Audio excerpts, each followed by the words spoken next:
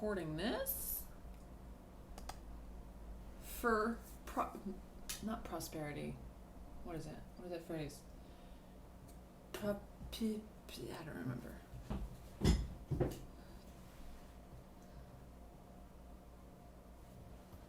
Hello, hello, Claire Bear. People coming in. 401, yay! I feel like I wish I had sound effects to be like, some sort of like, toot. We are beginning. Yeah, get a soundboard. Oh, I do need a soundboard. I wonder my Spotify would probably be weird in the background. Have like little like Midnight Fury. I wonder if I turn it down really quiet. Would it just be weird garbled?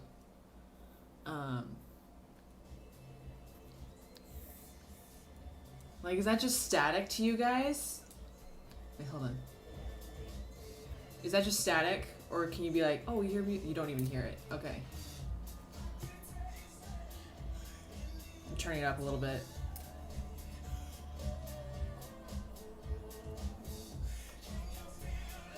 Is that a little crunchy? That's what I thought. I thought it would be a little crunchy.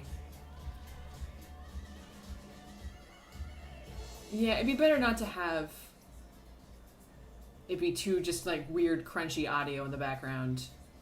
Oh, what I could do? Okay, my angelic voice. All right, fine. I will give the angelic voice. Hi.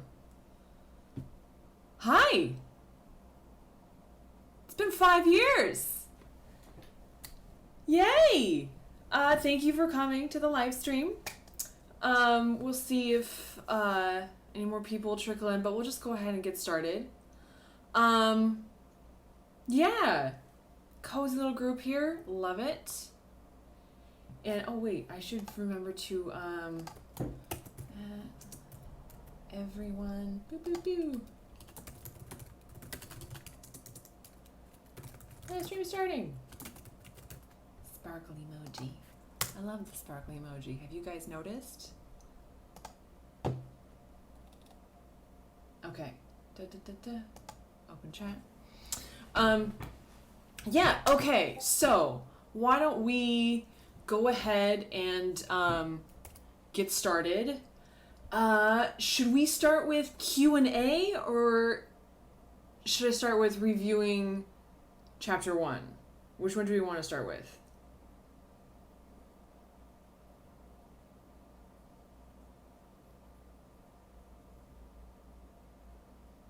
Wait for Q&A. Q&A for more people. That's a good call. That's a good call. Yeah. That's true. That's good. That's true. See, I have a smart group of people. I like that.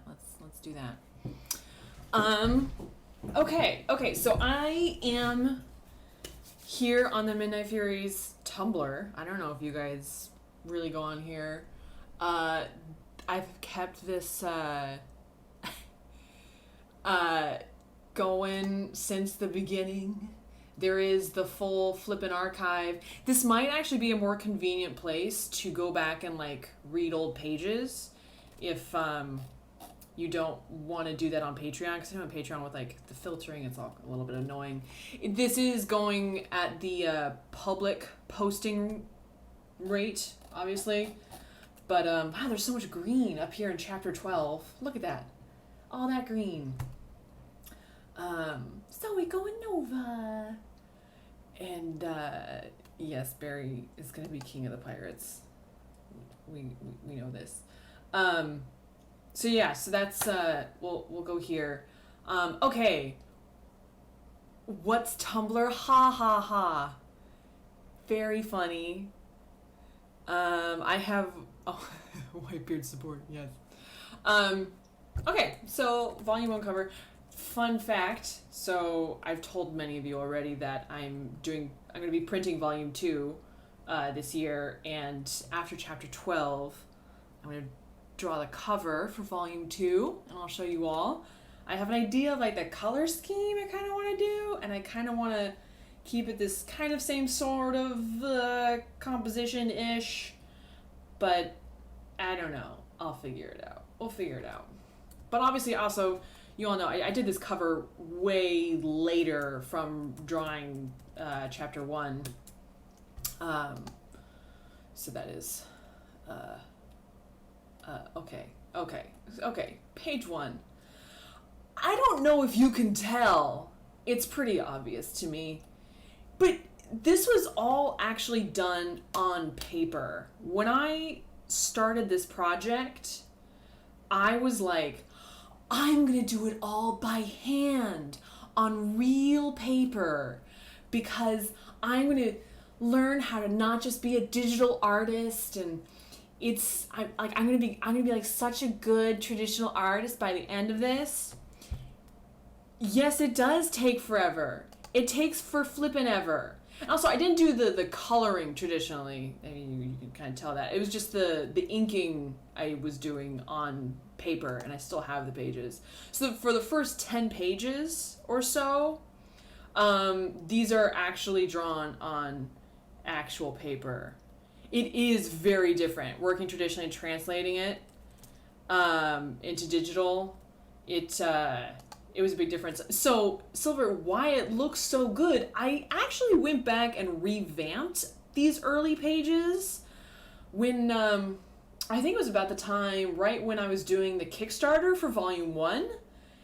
And I was talking to some different publishers and things, and I kind of went back and, like, I redid some of the colors, and I improved, a few faces here and there to make them a little bit more on model. Just to kind of bring them up a little bit to speed to where my style was at that point. That's with webcomics. It's never 100% published. It's just, until it's actually on paper. But,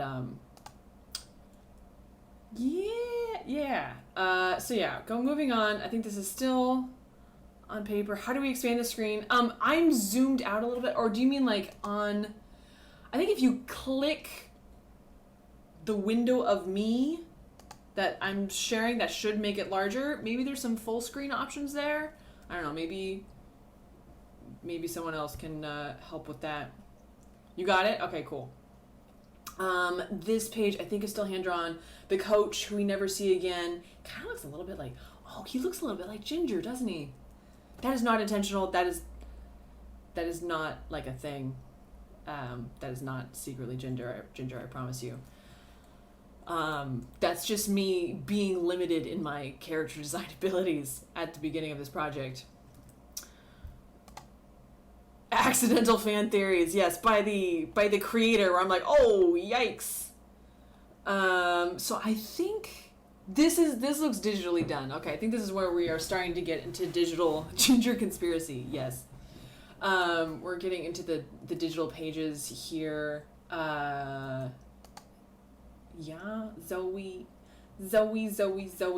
While I was starting this project, I did a lot of research into curly hair care, and I have a friend of mine, Nicole Robinson, who her hair texture is Zoe's hair texture, or rather, I was like, Nikki, I'm making Zoe's hair texture your hair texture so I can ask you all of the hair related questions. And she was like, let's do it, 100%, I love it. She's fantastic. She does a lot of, she might be here. I see her. Jackie Draws. Yes, this is Nikki. Bless Nikki. Bless you, Nikki. She has given me a lot of different hair care tips here and there, and mentioning about the bonnet and wearing that at night and all of that. So thank you, Nikki, for that. It's been incredibly helpful, and it's really added a lot. She does have gorgeous hair. Nikki has gorgeous hair. It really added a lot to Zoe's character, because I really wanted to really kind of get that picture of kind of her whole life. Yeah, 100%. The brothers! Yes! Max and Vic, I love them. The brothers what's funny is that like oh man, that I love. Okay, I just saw something I need to go back and fix. I don't even know if I want to point it out to you guys. You know what? I'm gonna point it out to you guys. This is the part of being part of this live stream. Yes. No. So you see up here at the top, she says, "You're a lifesaver, Vinny." And in the last one, I say his name is Vincent. I originally put his name as Vincent, and then like, oh, his nickname will be Vinny. But for some reason, later on in chapter 1, I just blanked on it, and I just started calling him Vic. And then I went back and I was like, oh shit! I changed his name on accident. And so I went back. I thought I had gone back and changed it because I only called him Vinny a couple of times. But wow, okay, this is new to me. I need to go back and fix that. Yes, Vincent, short for Vic and Vinny. It works, right? It totally works. Yeah. Anyway, I love these two sibling dynamics. Are so much fun to write. Probably because I've got a couple of siblings myself, and it was that the whole bickering dynamics is just, it's a part of being at home, living at home.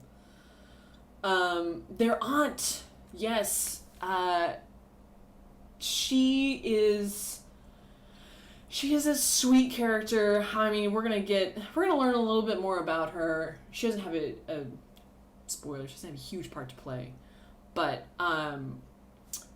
the kind of what I'm kind of alluding to here is that, you know, she's on disability. She's not really able to bring in much income. So really, you know, Zoe has to step up, but she was the one who, no, so the uncle, so they don't live with the uncle, and this was shown in a flashback in chapter 9, I can't remember, but, their uncle was super religious, and Vic was extremely concerned about living with their uncle because of that, because Vic is secretly gay. Oh no. Yeah, so I'm gonna, you know, the family dynamic and kind of how that plays out, and kind of all of the secrets they're also kind of keeping from each other, of Vic's secret of being gay and Zoe of playing in a freaking weird tournament. Those will be kind of coming to a head a little bit, but I love them. Support the gay brother. Yes. Yeah, and then Zoe, where, you know, my class is graduating this weekend, then where she's, you know, she's really trying to like keep up this brave face for her family. I wanted to really get that. A lot of these, one of the reasons why I said it in Portland is because I live in Portland, and I know a lot of webcomics, a lot of webtoons, they use a lot of like 3D backgrounds for, you know, cityscapes and walking down the street and all this stuff, and it kind of, you know, it ticks those boxes. Aw, thank you, Danky.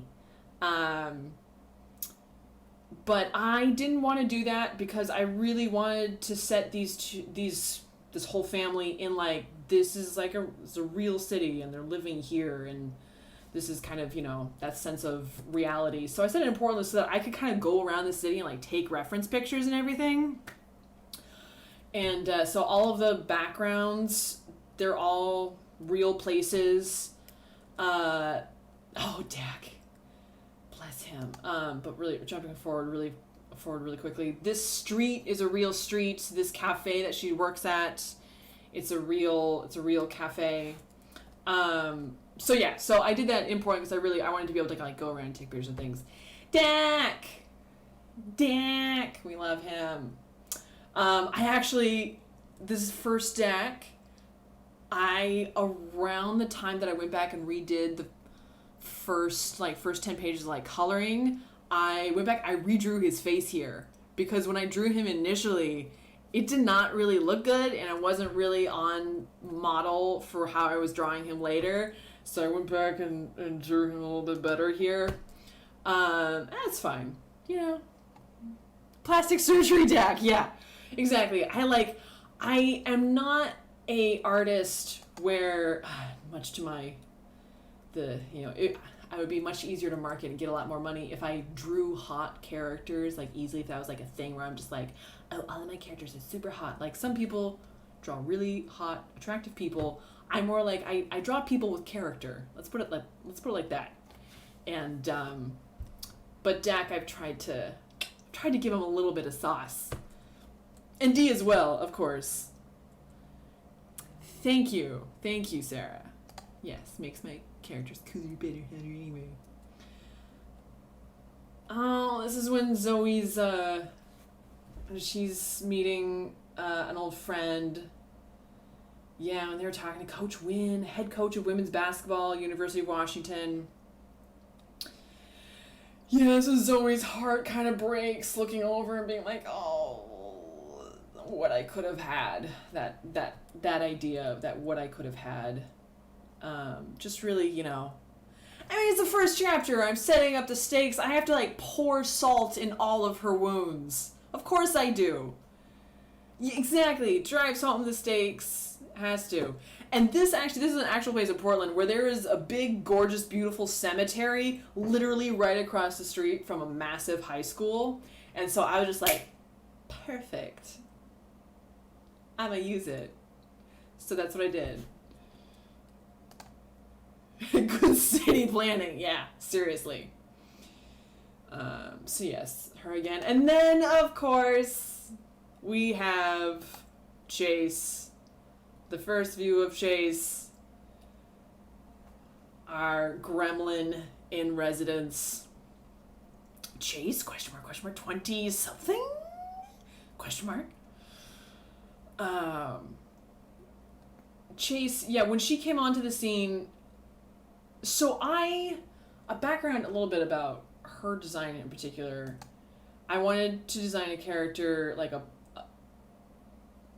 butch, obviously, and a white woman who was not sympathetic is, I think, the best way, is that she wants nobody's sympathy, which I never get to fucking see in media. If there's a white woman, it's always about feeling bad for her in some way, and I want to just be like, no, fuck, she doesn't want you to fucking feel bad for her. It was a walking lesbi awakening. Thank you.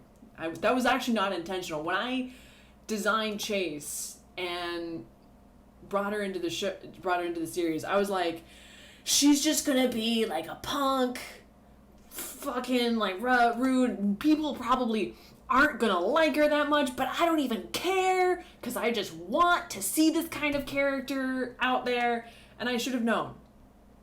I should have known better. I don't know why I didn't know better. Yeah, exactly, Fox. Butch women, they're not something we get to see a lot of in the queer communities. Yeah. Yes, whenever you see lesbians on TV, it's always like two femme women dating each other. And it's like, great, that's wonderful, it's lovely, it happens, but like, where's my butches? Where they at?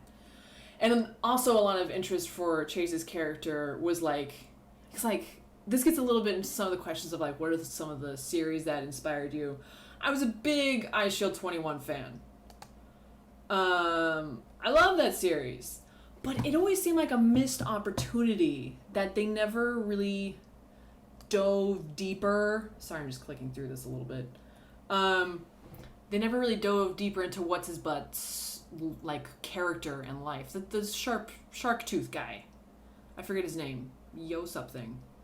It always was just like he was like everyone's favorite character, but they never he didn't really grow. He didn't really change. Snake based? No, I wouldn't say snake based. There's the shark toothed character. That's like a trope in anime and manga that at the time of starting this was I think I had only really seen it given to male characters as well. So I was like, fuck that. Yes. Hirama! Thank you, Dr. Jeff. I like we got Dr. Jeff PhD and teacher Sarah no PhD. That's great. Yeah. Yo something. I don't know why I was thinking yo, like Yoshida or something like that. I don't know. But Hirama. Yeah. He was great. He was like, he was fantastic. PhD in knowing good anime facts. Yes, that is what his PhD is in. So getting back to kind of what the story is happening here of, Zoe seeing that other future. I mean, I think a huge part of sports stories is the coming of age aspect. And it's the question of how do you come of age in, the 2020s it's a difficult one because, just, especially here in the U.S., it's just, Chase says that, you don't just get handed a house, 401k, and a car. It's, a lot of debt and whatever. We won't get into that. But, Zoe facing that with kind of what she's had to deal with, it's a difficult prospect. And that she doesn't really want to grow up. So that's, setting a lot of things up. And then, of course, Chase has to piss her the fuck off. Because, of course, she does. Because that's how you get in the games. Get in the games. By it being the only place to get what you need. So she says, prove it. Of course, we have the titular, the panel up here at the top with the character eyes, like, the close-up. No. Those always... I love those close-ups, and that's very anime to me. Whenever I see them. This is also in chapter 1, the first few pieces where I'm like trying to figure out how to draw basketball and people playing basketball. I'm trying not to be too like cringe about my old art or something or whatever, because I value it for what it was, but I didn't quite know what I was doing, and that's okay. Really interesting. You're starting to Zoe sing low.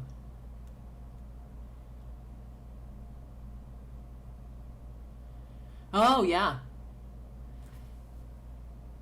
Yeah, Zoe's low point. Yeah, she does really kind of start from a place where it's like, well, it's only up from here. Thank you, Umber Chef. I'm really the drawing movement. I care a lot about that. It's a lot of fun. Starts a basketball comic, can't draw a basketball. Yep, that's pretty much how it went. That's I played basketball in middle school. I played a lot of sports in middle school, and then I quit when I got to high school because the whole thing were like, I got depression and I couldn't do anything except draw things and write. That happened to me. But I remember like the feeling of playing basketball is what I was kind of drawing off of.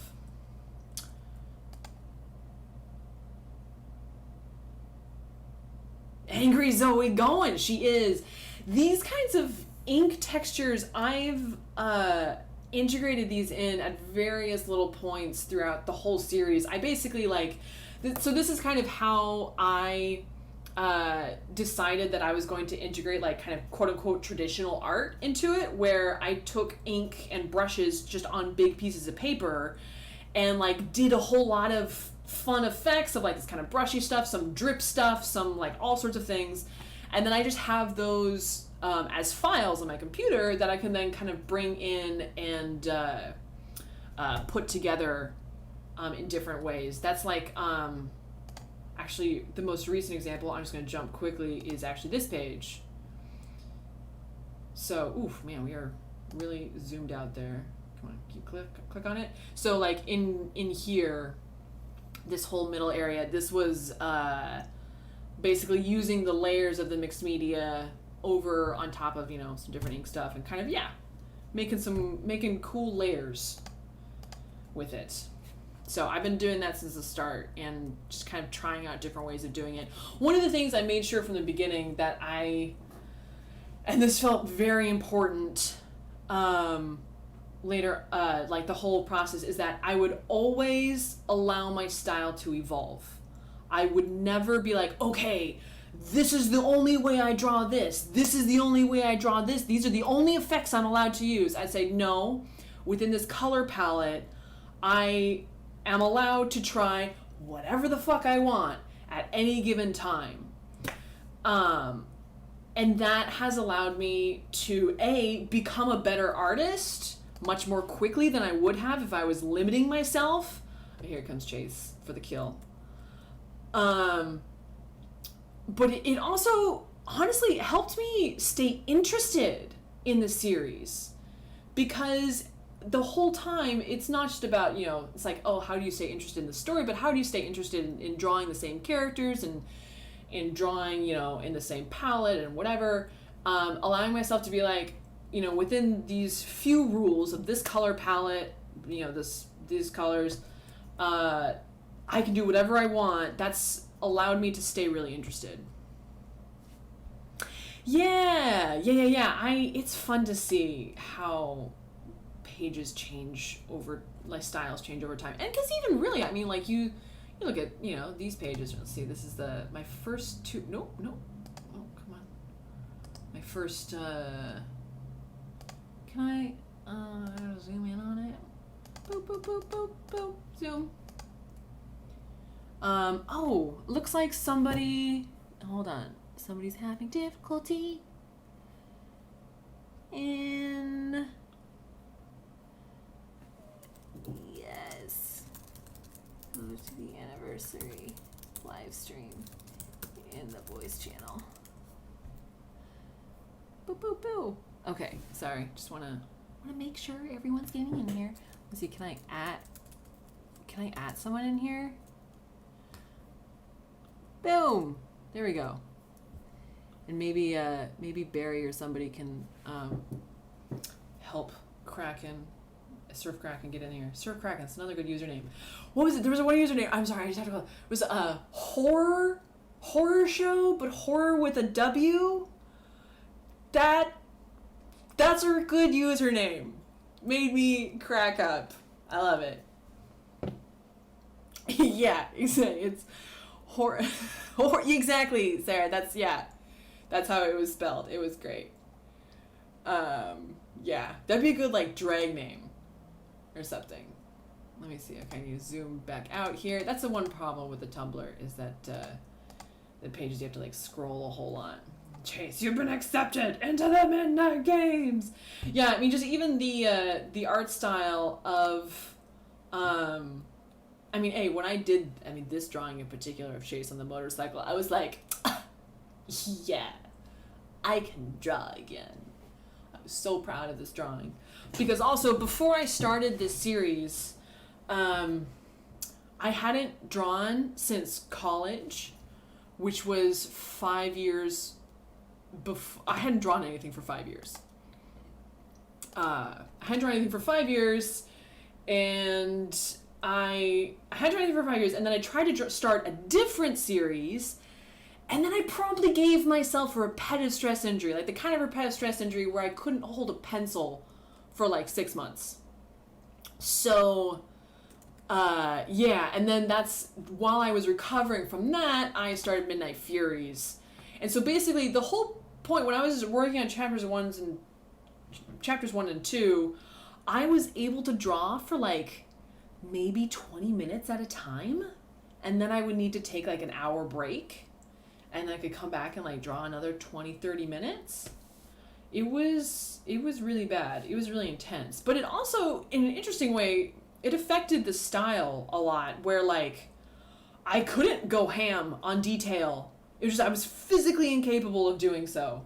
So I was like, well, this is going to get simplified. And it kind of directed my style in a way that, I think it, turned out better in the long run anyway. I know, Nikki, right? Oh, I was freaking miserable. Ginger! I'm so glad that in chapter 12 we've been getting more of Ginger and like seeing more of his story because this was a question that I think Claire Bear asked, is that have I had the story planned from the beginning or am I making this up as I go along? This has been so planned. Yes, everything is planned. Everything is planned. I've had Ginger's backstory. I've known who he is, everything. Since I, first drew him here. I'm also really excited that at the end of chapter 12, literally within the next 10 pages, there's going to be a lot of lore dropping. For patrons, for the patrons I'm talking about, not for, I think the public pages are still a little bit farther back, but yeah, I'm really excited. Oh, yes, you must have been waiting so long to share it all. Yes, it has been, where we are in the story right now at chapter 12 is stuff that I've been thinking about and going, oh yes, like as I fall asleep being like, oh, it's gonna be so great if I do it like this. Oh, if I just do it like that, that'd be so cool. And then I'll have like this kind of twist, and then they'll say this kind of thing. For 4 years now. For like 4 or 5 years now. I just had this in my head of like, this is how this scene is gonna go. And then it takes like 5 years to get there. So in a way, while I was working on these first few chapters, oh, totally, Fox. Yeah.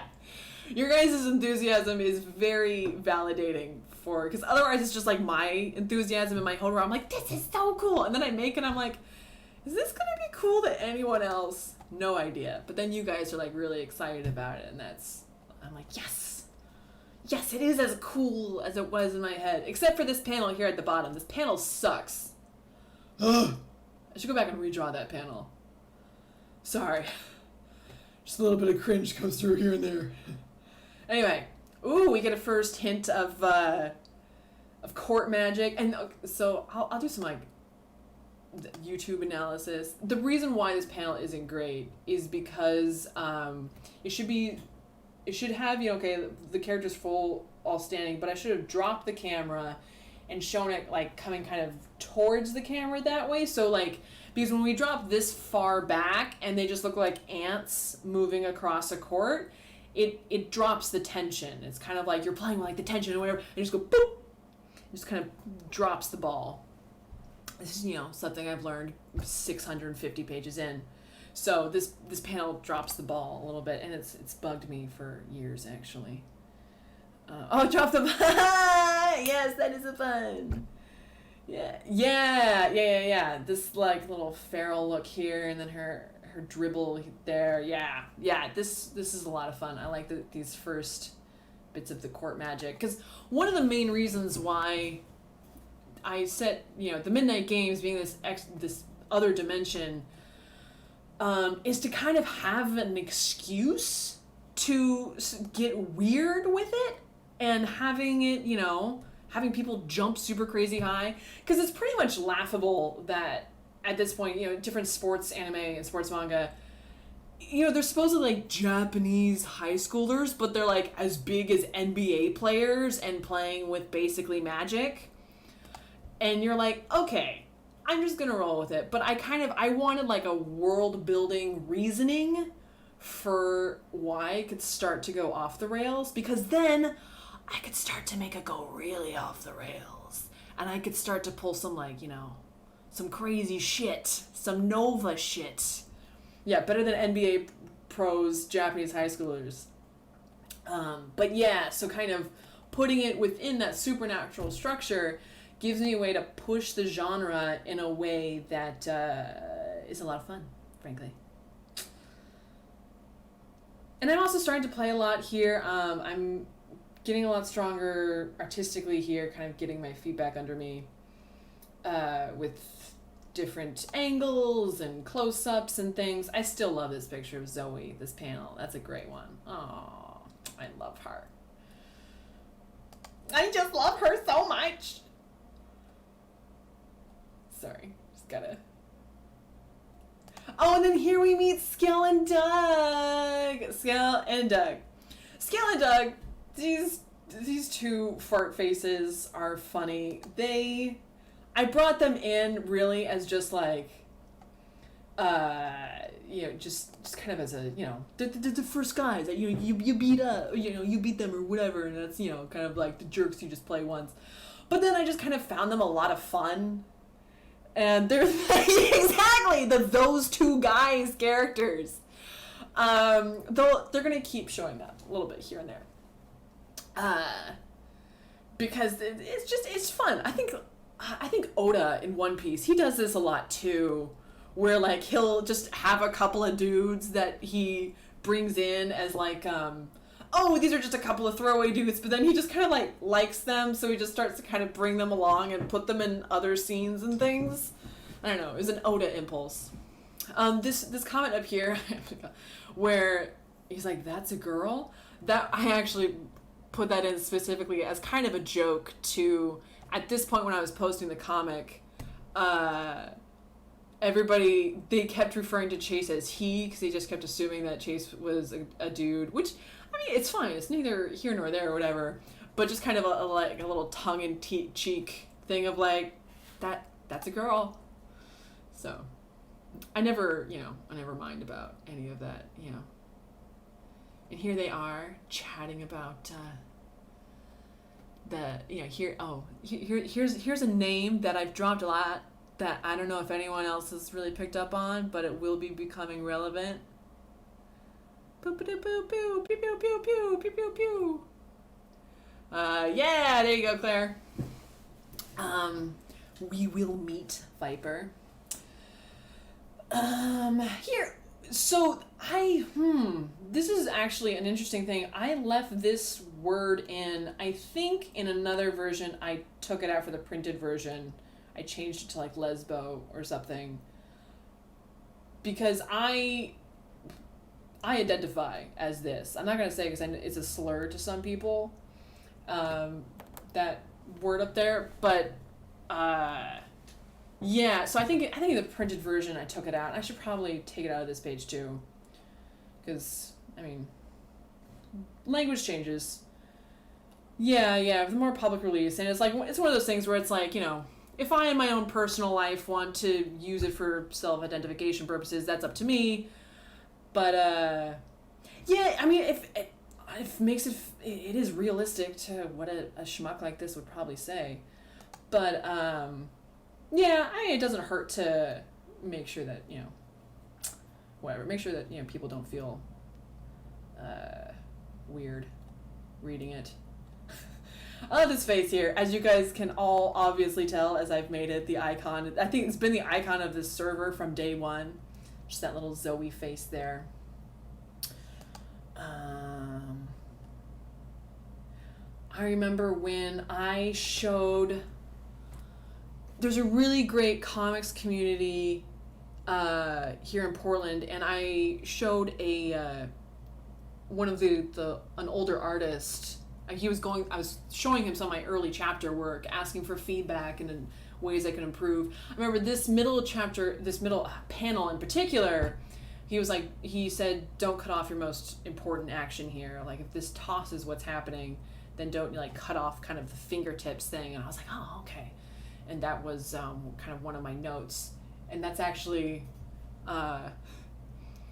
if you can see, hold on. Yeah, I don't move the camera.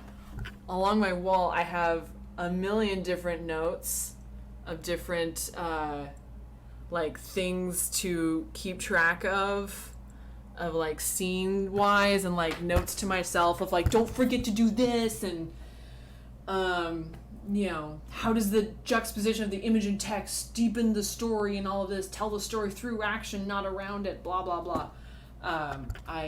Lavender Jack spotted, yes. Dan Scotty, he's a good friend of mine. He's a lot of fun. Yeah, I got that print from him, put it up there. Yeah, let's see. Let's get to the game here. This was a little bit Ginger's dying to see us fresh bitches kick your balls up between your ears, and that it's maybe a little unrealistic that this is the first time Zoe's seeing Chase's tattoos in 3 years, but maybe she just always wore long sleeves, okay? You know? Yes, that kind of lean, muscular look. One thing that I pay a lot of attention to, because it's just something I do, is like watching WNBA, stuff like that, like AFAB and AMAB bodies, depending on what hormones you've got in your system, your body's going to hold on to muscle or fat a little bit differently. And that's why when you look at a lot of female athletes, they can tend to look a little rounder around the edges sometimes, because AFAB bodies tend to hold on to a thin layer of fat between the skin layer and the muscle, and it holds on to that a lot longer than it does in AMAB bodies. That's assigned female at birth, AFAB, and AMAB assigned male at birth. But it's very dependent on different people. There's a lot of cyclists just like lean. It can depend a lot on sports. But basketball is an interesting sport where you can get some people who are extremely strong, but they'll be like real thin. Like there's some WNBA players they're literally like a rayon. There's others where in American culture they would look at them and be like, oh, they're fat, and they're not fat. They're incredibly strong, and their body is just holding on to more fat underneath the skin as kind of like a buffer layer. And it's healthier that way, actually. But it's a fun thing to kind of play around with male and female bodies, of like kind of showing that. But Chase, she's more lean because I wanted to kind of give her some sharper angles there. But I tend to draw Zoe a little bit rounder. But also what you can tell is that, I would notice this watching WNBA, whenever any kind of player, that whenever you would be doing like a strong movement, that's when all of those muscles would like pump out and you would really be able to see it. So, and that's why it's really interesting to me watching like female athletes or something, because sometimes they'll walk on like kind of look more like a normal person, and then you get a snapshot of them when they're really like doing something or really like pulling themselves up or something, and just like boom, muscles. So I play around with that a lot in with Zoe, but that's kind of a nerdy anatomy side of watching a lot of that. I do like this pose from Chase. That is a good one. This is when I started to realize that people like Chase, and I started to play into it a little bit. I was like, oh, okay. This is something I play with. I still love this page. I still love that Zoe. Good Zoe. Chase chucking it. The beginning of the fan service. Yes, it was. I could probably push it quite a bit farther, but I'm almost I find myself a little shy too sometimes, which is stupid. These kind of movements here. So in college, I got my degree in film animation with a focus in hand-drawn animation, actually. And that has been incredibly helpful in learning and figuring out which action poses to draw in action sequences. And actually this chapter 2 game, they're pretty good. I was really like, it was a big leap from chapter 1 in terms of the quality of the art and how I'm paneling out the game and the action, and making sure that you can keep track of what's going on. Finks! This is Finks. I love her. I also like how I drew these shoes. First Finks spotted. She's so bouncy. I love Finks. She's great. She's delightful. I'm gonna go back to Finks. Go back to Finks a little bit. She's great. Do I want to say this? I mean, sure. When I was working on, one thing I will say, so I had everything planned out in the story and whatever, the whole story was basically written, but I did have some tangential plot points and like story directions that as I've gone through it, I've trimmed down and edited down and really kind of streamlined the story as much as possible. So there was a tangent where Finks was originally she was a journalist and kind of like investigating the games a little bit. And I think I still have hints of that in kind of some of the later chapters, spoiler, but it's not like a major plot point. And yes, she is bigger and rounder, and she is a lot of fun to draw, and yeah, gotta show that body diversity in sports, man. Another good Zoe look. I was figuring out my sports protagonist looks. Like, yes. Yeah, okay. Oh, yeah, I really like these couple of panels. These are two that still today, I like that. I like it a lot. I was starting to, like, these are the kind of panels that I would kind of even, like, look back in later times and be like, oh, yeah, how do I kind of capture that feeling again? Like, what I kind of got in these panels. I like it. Those boys are goners. That's good stuff. If the other rumors are true, and here we get the hints of Chase having spooky rumors about her. And hints of unnamed person at this point who we have not, it's the old Hades. I've seen some guesses in the Webtoon comics that the old Hades was like Zoe's dad or something like that. I'm gonna nip that in the bud now. No, that's not true. Yeah, there's some kind of some wild theories, and I love seeing the theories. I love seeing them. But that one where people are like, oh, did Chase like kill Zoe's parents, or is that like Zoe's dad or something in the back? Like, no, that's not. Oh, here's another good panel. Yes. Here's where I'm like, oh, okay. Here's how you draw a basketball. Barry, this is where I was. Yeah, I don't know if she's still here. Yeah, the dynamic movement. I think it was a lot of the animation training I had in college helped a lot. And yeah, just that feeling of playing basketball. You get the vibe old Hades was Chase family member or something. Chase family member or something is a much more interesting and realistic theory. Like a basketball, definitely a basketball. Yes, it is.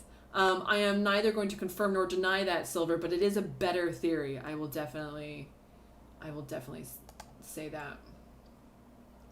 Thanks!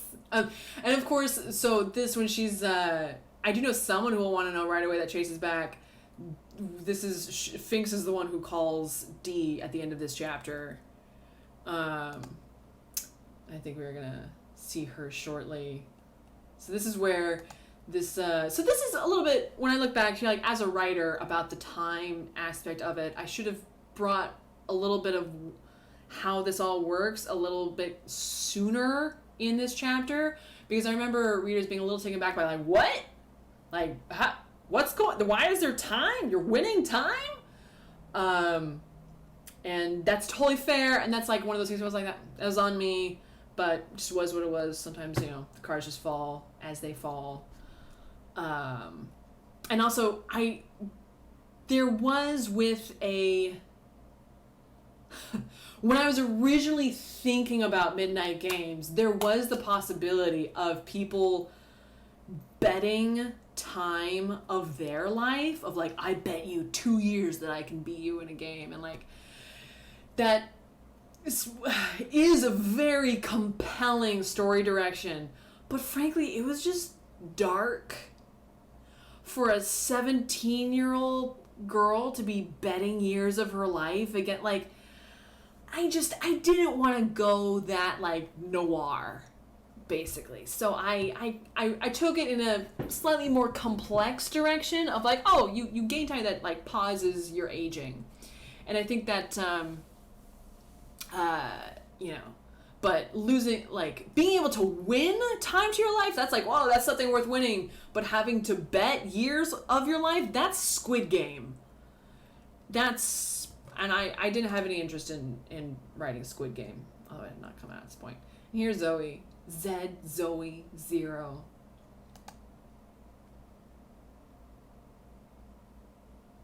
Yes, exactly, Fox. The gaining years keep the same high excitement. How will she explain why she's not aging? That's a very good question, Claire. And how have other players potentially had to deal with that complexity? That is a very good question.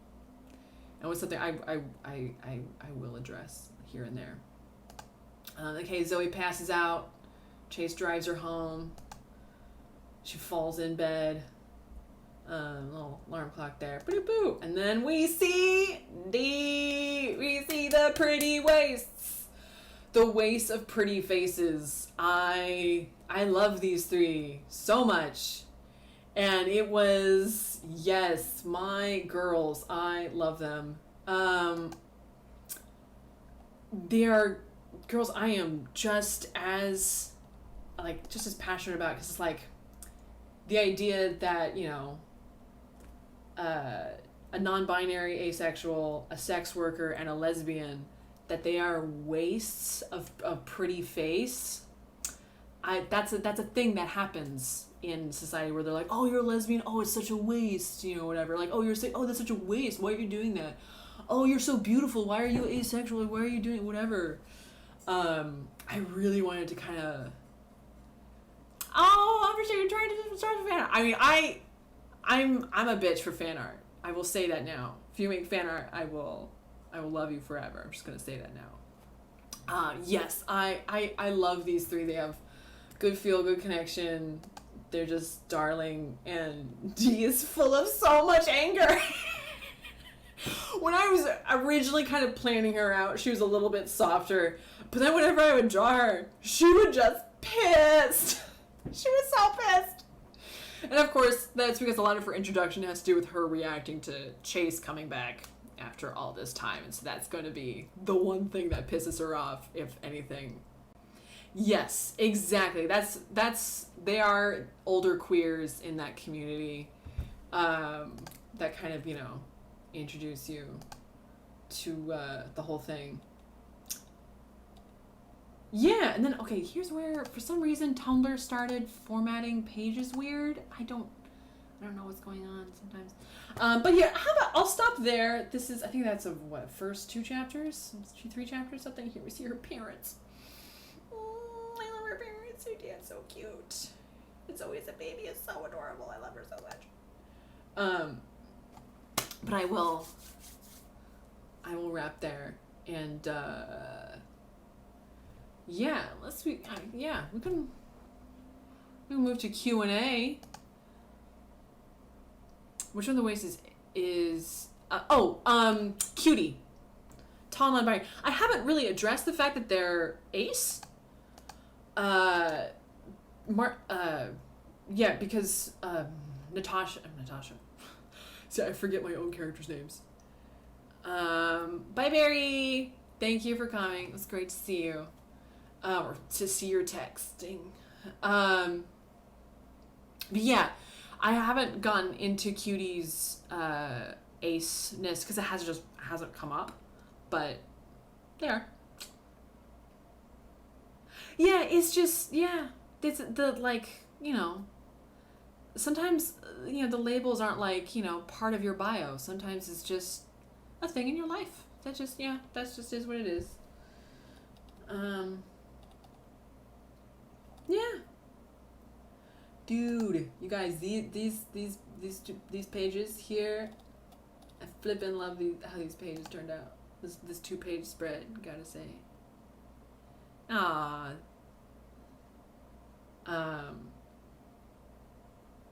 These, I actually found a really, the Gods Domain. I was really thrilled with how I figured out how to draw those buildings in a pretty easy way so that I could put them together. It's not a 3D model or anything like that. It's just like, it's basically single point perspective, and then I would like map these kind of like the rectangle windows that I kind of pre-made off to the side, and it was surprisingly straightforward, and it added just like just that oomph to it. Oh, I can't click on them here. Oh, whatever. Maybe there's some setting in Tumblr on these pages that I clicked weirdly and it's doing weird things with. Yes, and here's where we meet Artemis. I have been so excited for this total bitch. She's so much fun, and I'm really looking forward to talking more about her and like showing more of her story. She's awful. I'm obsessed with her, and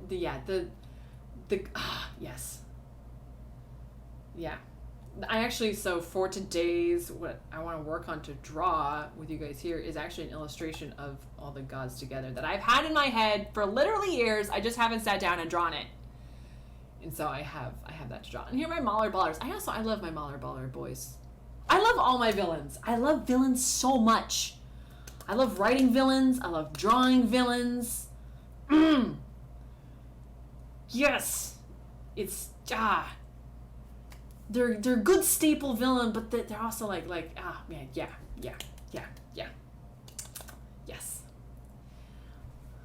Yes. And with the gods, I'm really looking forward to all of you getting to know all of them even better than what you do. I do know. So, yes. Okay. I said I would stop, and then I dove into the archive. Hades. Yes. What's interesting is that Hades' character, it's... Yeah, they definitely have their own shit going on. And I love it when they don't like each other. It's a lot of fun. It's just like, I think you could take care of yourself. It's so much fun. But yeah, Hades, his like personality, okay, oh yeah, you like the Zoe playlist? Yeah, the Zoe playlist is a lot of fun. Yeah, the Gods playlist, that one slaps. I listen to the Gods playlist sometimes. I'm just like, yeah, I just want that like that slap feeling. Not being slapped, but you know what I mean. Hades' character, some of the aspects of his character growth was actually going to be a part of a different character's growth, but then it just fits so well with him and kind of the direction he was going and it was an easier way to kind of edit down the story and streamline it. Because that's what, like, making a story, especially one this big, it's a lot like taking a big pot of soup and then you put everything in it, and then the process is just you're cooking everything down. You're cooking everything down and down and down and down. And you're just trying to get that, like, that umami, where you're just, like, every character and story and, like, panel online is, like, it's there for, like, a reason. Because if you don't do that, it's going to take, like, 12 years to finish, and I don't want to take that long. It's already been 5. And yes, Silver, there are playlists on Spotify. I think there's various links around. But yes, in the Midnight Furies Spotify playlist, if you go to like my username, Jessica Heron, on there, and then you go to like my public playlist, you will see I've made a ton of playlists. Yes, umami. That's what I aim for. I aim for comic umami. Okay, how about I will drink some of my cold coffee, and I am going to switch this browser. Hold on, I am on the back end here.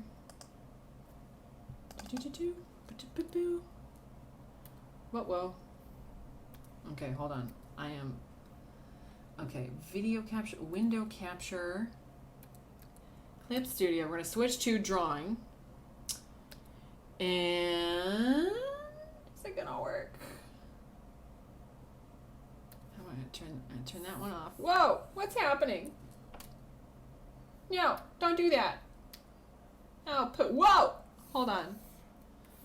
Whoa. Oh, I see what was happening there. Oh, goodness. Oh, goodness gracious me. Excuse me, technical difficulties. Oh, man, this is going to take forever. Ugh. You POS! I'll edit this out when I save the recording. Come on, shrink. Shrink.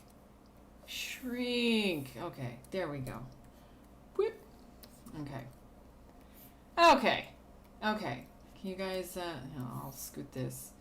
Make me smile. You guys don't need to see me. Studio gigantic. Yep, sorry about that. You gonna queue up a question here? Yeah. Definitely. Yeah, so I have this is a sketch I have of the gods that I've been wanting to do for forever. And I have not gotten around to it. I'm gonna scoot it this way, the camera this way. Can you see me? Okay, go forward. Alright. So I had previous ideas for the players named after each god as Zeus's entourage, and if so, what were the scrapped personas? Ooh.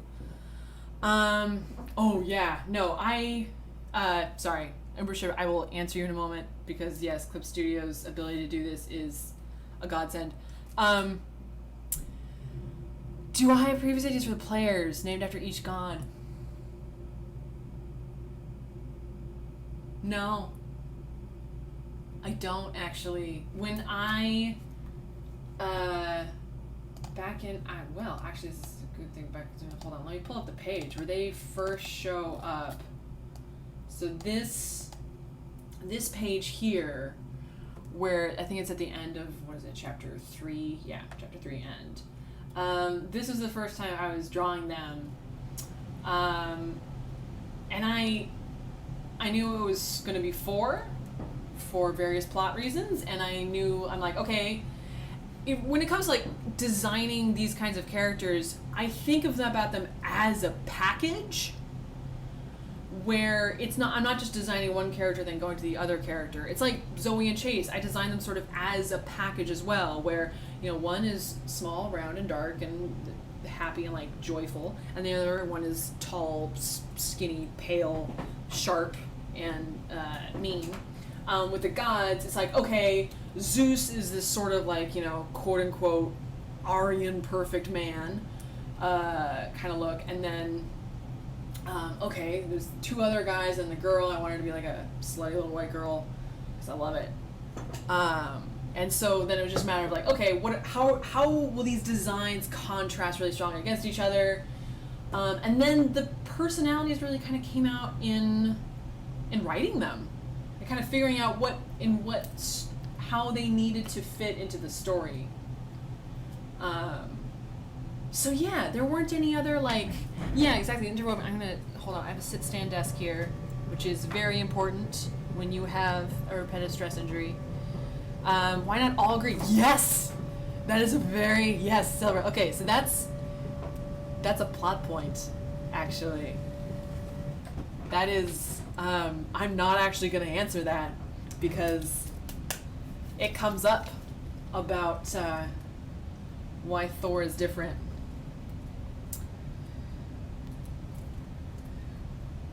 Yeah, it's time to theorize. No, so it's not a no. It's a you know, it's going to be relevant. It's a good question. It's a good question, and you'll find out in the future. Can you guys like? Is this the right height? I think so. You guys are seeing me like draw this way, but that's fine. I can look over and see the chat there. Yeah, juicy foreshadowing. Yeah, Silver. He just like lifted that rock and like all that juicy foreshadowing was right underneath that. He turned over the right rock.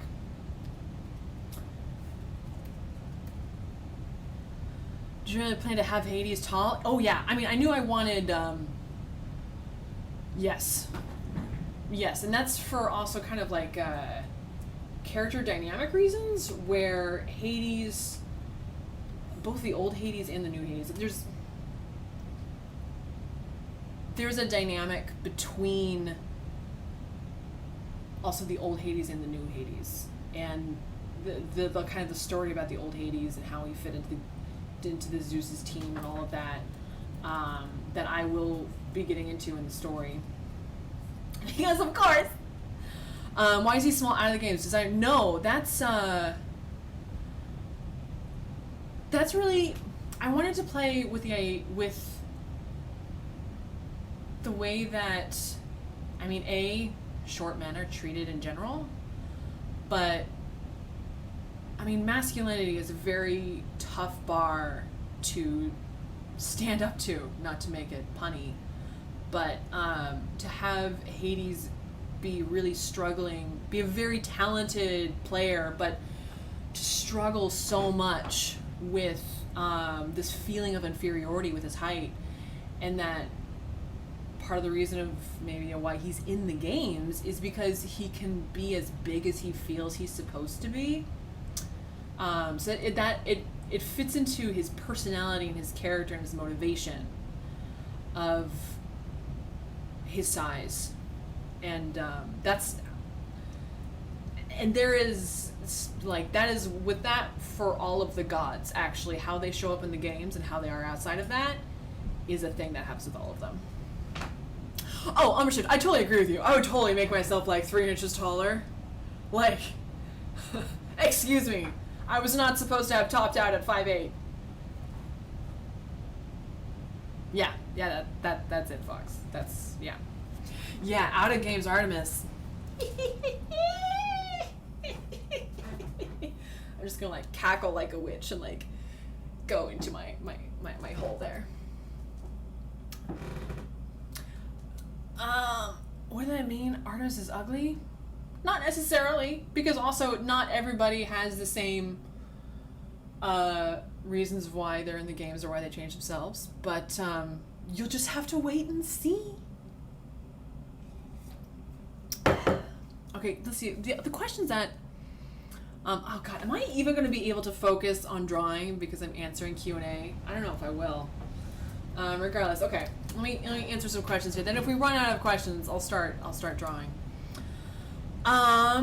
2 streams. Yes. Well, I always get nervous. I mean, people are so busy with the time difference. I'm always worried that people won't have time to show up for them. So I'm like, I'll just do a one big anniversary live stream. Okay. Zach asked what works inspired to Silver. I'm not going to answer that question because that is a spoiler. I'm not going to answer the question about the world specifically. You will find out. True, that is a good point, Fox. That is a good point. Maybe I'll have to do more Hades streams, especially now that I'm 100%ing the game, basically. Now that's what I'm trying to do. I have a few last little things. And I want to, once Hades 2, I want to get on the beta for that, and I want to start playing that. I know, right? Hades 2, I'm so excited. So yeah, I'll start doing more of that. But okay, so Zach asked the question of works that inspired me to make the series. I already mentioned iShield 21. Hajime no Ippo was it. Oh my god, I love that series so much. Particularly like the first half. He's taken it in a strange direction. Sorry, Hajime no Ippo is a boxing manga that started coming out in like 1997? I don't know. But it's still going. It's phenomenal. Oh my god. How he draws action and paces the story is, oh my god, it's fabulous. That was a big source of inspiration. With obviously a lot of changes because, yeah.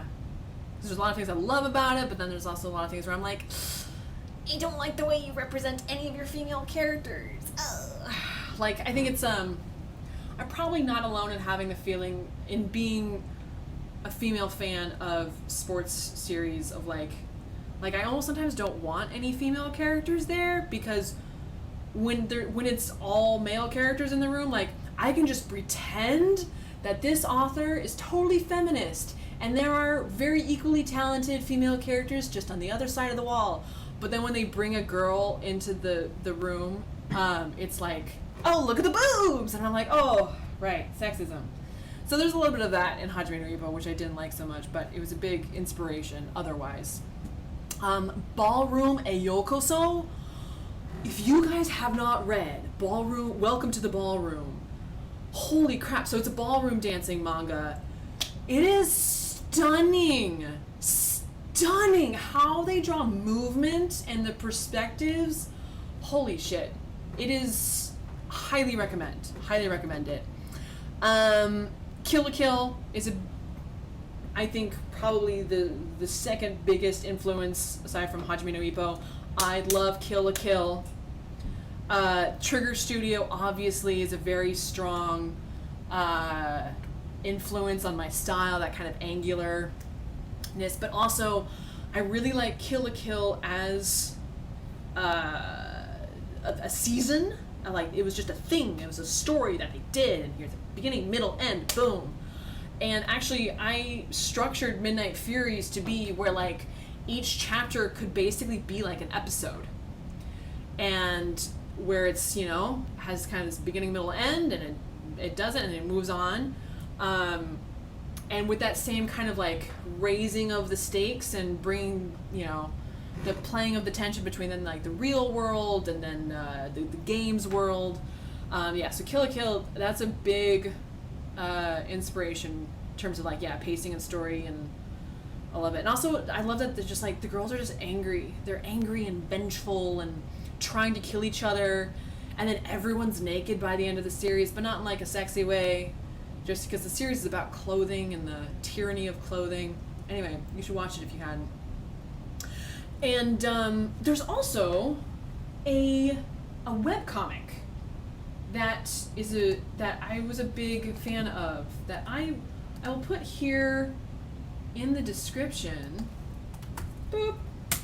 Called Vibe. That was up years ago, like 5 years ago. I don't know if anyone else read this, but this is just like a random page. But it was gorgeous. It was stunning. It was very dynamic. And the creator, I think, you know, they ran out of interest or support, things like that, and so they stopped. So, spoiler, it is unfinished. But it was beautiful. I loved it. That was great. And then Trad Moore is an American artist who did Silver Surfer, Black. He did a Ghost Rider run. Oh my god! His work is so stylized and beautiful. Yes, Trad Moore, Tradd. Highly recommend. So that is, I would say, the strongest influences. There we go. Yeah, webcomics, it's really beautiful, isn't it? Okay, answer the question of, did you plan out the whole story from the beginning? Which is yes, I did. And if anything, I've edited it heavily as I've gone along, but it's kept the same. It's boiling down to that umami. It's always been headed in the same direction. I've always had my beats planned out. What's my favorite food? So I've been getting really into spicy food, like something over the past couple of years, and not like American hot sauce kind of spicy, but like chili oil spicy. So like Chinese and Thai food spicy. I love the way it just makes me sweat. The flavorful spicy, yes, exactly, the flavorful spicy. So yeah, there's a Thai place near me where I am obsessed with their dishes. Khao Mu Dang, if you're ever in Portland, amazing Thai place. That is my favorite food right now. Yeah, so I think that was all of the questions that I had listed as, like, you know, people mentioned. Are there any other questions that people have? While I draw Artemis and her boobs here. Oh yeah. Let's see. Who was the character that was initially going to have Hades art? Viper. But I have shifted Viper's direction to be a little bit, because this this part of Hades' character that I wanted it to happen sooner in the story, and I wanted to start like laying down that groundwork sooner. So I kind of took that out of Viper and put it in Hades. So Viper, you haven't met Viper yet. I just had a lot of characters talking about Viper in the context of Viper being a character who kind of plays dirty, but used to be a really good friend of Chase.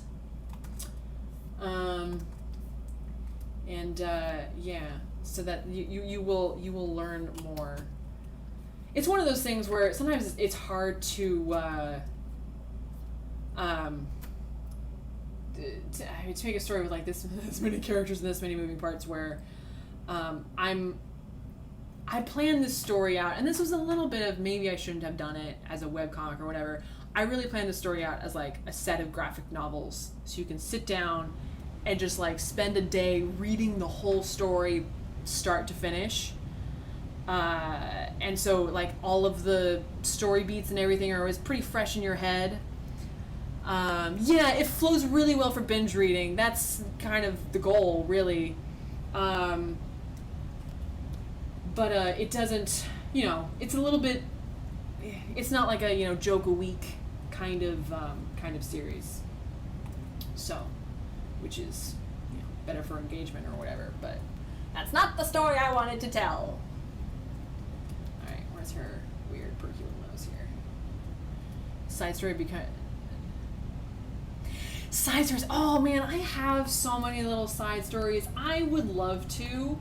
I've thought about making those some like Patreon goals. Because I also have side stories. Oh my gosh. The two side stories that I'm closest to telling is actually one is Zoe needing to use the bathrooms in the games. And the other one is Dak in the game's locker rooms. Because there are bathrooms and locker rooms in the games. And I really want to tell those little side stories. And I just haven't had the time because I've been like, oh, the main story I have to spend all my time on the main story. So I think what I might do, maybe I'll do those as like a, I have to figure out when. I don't know when, but yes, those are there, and I might make those like Patreon goals, or they sound really good for them. Like, I'll do a side comic about this when we reach this goal, because that would be a lot of fun. So those are the closest ones. With Ginger, I am not going to write. I don't think I'm going to do his side story because it is actually. This is not his story. And it's actually, thematically, it's important that that's not actually there. I don't know how else to say that. And like maybe when I'm done with the series I can speak to it a little more clearly. But Hey, so you can write all of the fan fiction you want. Like, that's super cool. I won't be able to read it, and that's a bummer because I would love to. But we've talked about this for like, copyright things. I have to, kind of keep that. But, totally. If you want to write something for him, by all means. Like, I'm not going to say no to somebody writing fan fiction. We could even put like a fan fiction channel or something, and you could like link to it or something. What is her chin? Okay, she's got the little round chin. Yeah, I'm a big fan of fan works and like fan culture existing. I think it's fantastic. For some reason, that's a question for some people these days. I don't know. Children on Tumblr.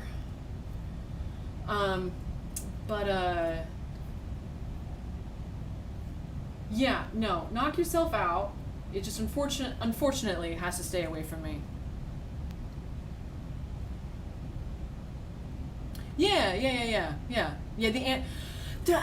so there's the Anne Rice effect of like, you know, creators being like, don't make fan fiction of my work, which is a thing. But there's also like this new thing, it's a branching offshoot of like kind of purity culture, where it's like making fan fiction or fan art is like disrespectful to the canon, or it's like perverted and like a bad moral thing. I don't know if it's, people need to calm down. That's all I'm saying. People need to calm down. People need to calm down, go get on AO3 and have some fun. It's like a Tumblr thing of like, you know, and you know, like not even like the Tumblr circles that I think a lot of the older Tumblrs are in, but like the new kids who need to chill out a little bit. And it's like, honey, you're gonna be okay. You can write whatever you want, and you're gonna be okay. So, anyway, me as a creator, I do not mind whatever you want to make. It's just I can't see it, unfortunately. Maybe when I'm done with the series, I'll go back and I'll like look for fan fiction or something. She's got the big bug eye sunglasses.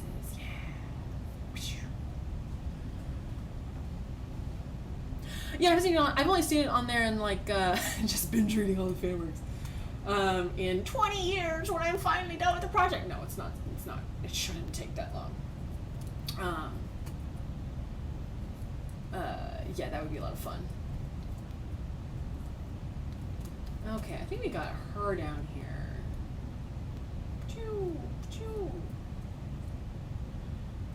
Get a drawing of younger Ginger. What you have seen in chapter 12 is, I think, the closest you're gonna get. Let me put it that way.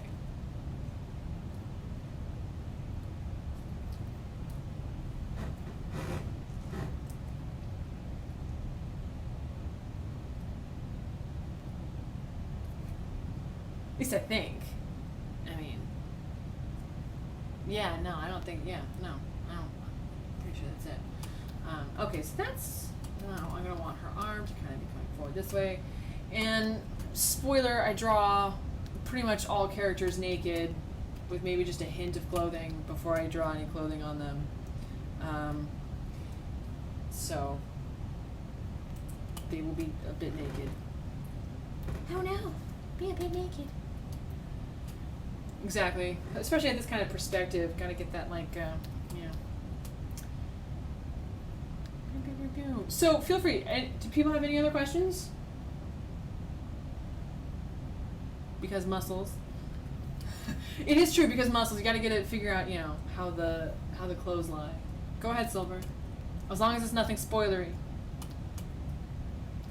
Alright, Zeus face. He is a big old rectangle face. I do a lot of rectangle faces, though.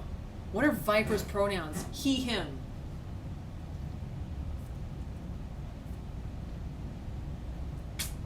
Yep, Viper a dude. I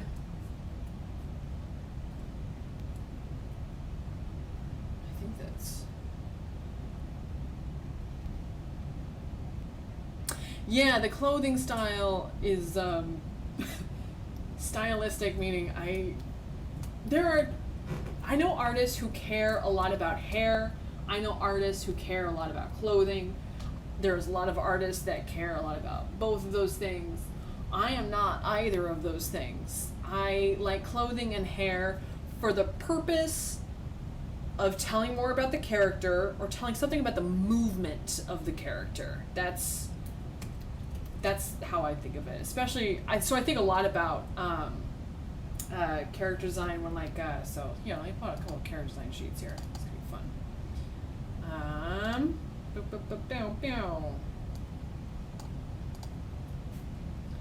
So like, you know, these outfits here from chapter 10, a lot of like, okay, I try and keep some aspect of it where like there's the moving fabric, but then there's a fabric that's tighter to the body because I know I'm gonna wanna, you know, around Zoe's hips and thighs, I'm gonna wanna keep it very clear how her hips are angled when she's moving.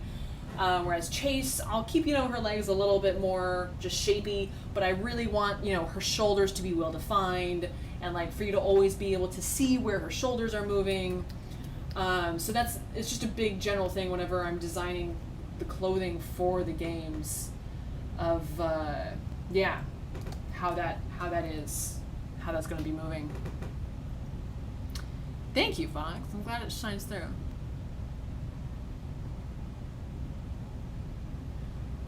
Yes, it's silhouettes, exactly. The silhouettes have to be like contrasting, but do well together. Are any of the gods dating each other? I'm not answering that. In whatever kind of fan fiction or whatever you want to write, you can do whatever you want. You can literally do whatever you want, but I'm not answering that. Not answering that. Not answering that. Any more questions? Yeah, I'm glad you're curious, and that's great. Yeah. All right, nose. Noses are always a thing of like, okay, where's the noses and the brows here? Okay, so he's got gotta get those cheekbones right. Like where the eyeballs kind of sink in. Noses are the worst. They're the worst, but they're so fucking important, man. I think this is just something always since I was a kid. I've been a person. Remember I was talking about people who draw hair and people who draw clothes. I draw noses, probably because I have quite a schnoz myself, and so it's always been like I want my characters to have distinctive noses. Because I do. Guy who knows you rated captain of all the ships. Any more commentary on the prototype sport game options you went through before settling on basketball? It was always basketball from the start. Yeah, it was always basketball because I love drawing basketball players. Actually, in college, the first thing I ever animated was 2 basketball players, just playing it out because it's such a beautiful sport, and the way that players when they're playing that like the momentum of the body is centering around this external ball. It's very graceful. And it's also very funny when then they all collapse on the ground and it's just like long limbs going everywhere. It's a really good sport to draw. And it's frankly an easier sport to draw than I think if with boxing, I think it's a lot harder because the movements are all very much more compact and like the people are all really tightly against each other. And basketball, it's a lot easier for me to show, oh, this thing is happening over here, so I can really exaggerate the momentum and play around with that. And I just like basketball, and I just always have that feeling in my head of like, this is what it feels like to play basketball. So like, okay, how do you have your poses there? How do you shoot and all this? Granted, I suck at playing now, but so it was always basketball. What's another question? What would change so many those furries? What animal features do they have? Oh, I don't know, Silver. That would be fun. That could be a fun character extra that I could do of Zoe and Chase as furries. Could be a fun fan art piece. That could be fun. I don't know. I would have to think about that. I'm multitasking too much as it is to think about that. But yeah, character personas. Those are fun. Alright, that's good enough for his head right now. I want to make sure I get the rest of his kind of body in. Furry Nova forms. Yeah, I think showing the furry team going Nova, that would be a lot of fun. I have no idea who's even still in here. Oh, there's a lot of people still in here. That's lovely. That's wonderful. Okay, yeah. Any other questions? Yeah, okay, he's got... Yeah.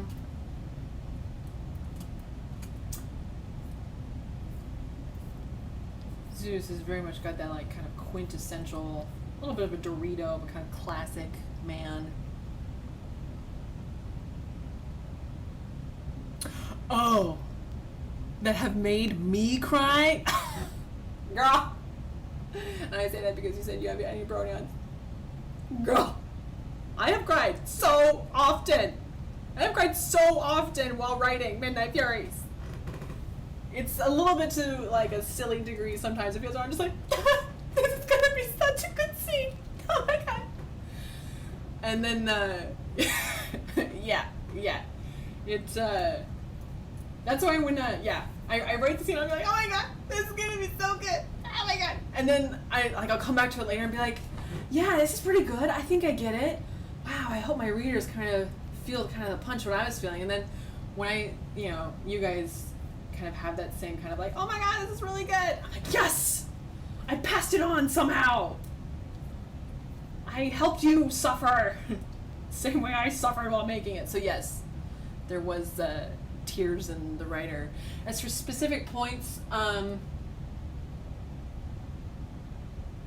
one thing that was interesting is that, so a year into writing this project, a very beloved grandfather of mine passed away very rapidly and unexpectedly. We thought that he was going to stick around for a lot longer.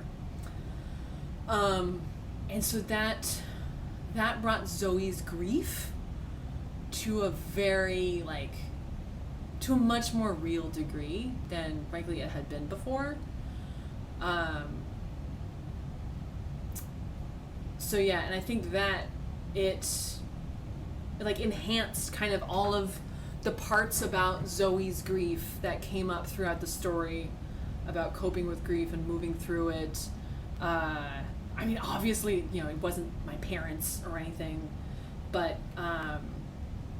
yeah, so I think a lot of how I kind of was learning how to process that kind of grief for the first time in my life came out in how I talked with her grief. I think one of the most recent points was when I wrote, I have had Ginger's speech from chapter 12 from Zoe's Timeout written for several years now, and that has been like a moment that I've just been like on edge and waiting to get to people, and I was really happy to finally get that out there. Yeah. Oh, I'm glad that helped, Fox. Yeah, I think it's always, making art is always about cutting deeper into yourself and putting it on the page as just truly as possible, and to hope that speaks to people. Yes, I'm glad Ginger's speech got you. It was just like I wrote that. I was just like, ah! Ah! It was yeah. Yeah, it's one of those things. It's being brave enough to do it. It's like this is a big project. It's a really big project, and if I don't put my absolute everything into it, if I don't just zip and just empty out whatever's in me into it, then it's kind of a waste of effort, At least that's how I kind of see it. I don't know, especially when there was a question initially about, oh, maybe I'm gonna do a Webtoon original deal or something. Maybe there was some questions early on about how much creative control I was really gonna be putting into it. But especially once I knew it was mine, I'm like, I'm going balls to the wall with as much emotional truth as possible. Was Zoe parents dying an accident or intentional? It was an accident. I'm just gonna put that down. out now. I know that's probably spoiling some different theories or things, but I'm putting it out now. Her parents' death was an accident. You're gonna take that. I'm not gonna be pulling a twist of and then Jay secretly killed her parents or something like that. I'm crushing one branch of the theories with this. I've just been nope, it was an accident. But if you want to do some fan fiction of an alternate reality, that's fine. Oh, thanks, Ogie. I'm glad that comes through.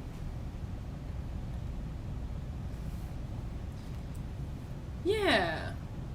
Yeah, it's, yeah.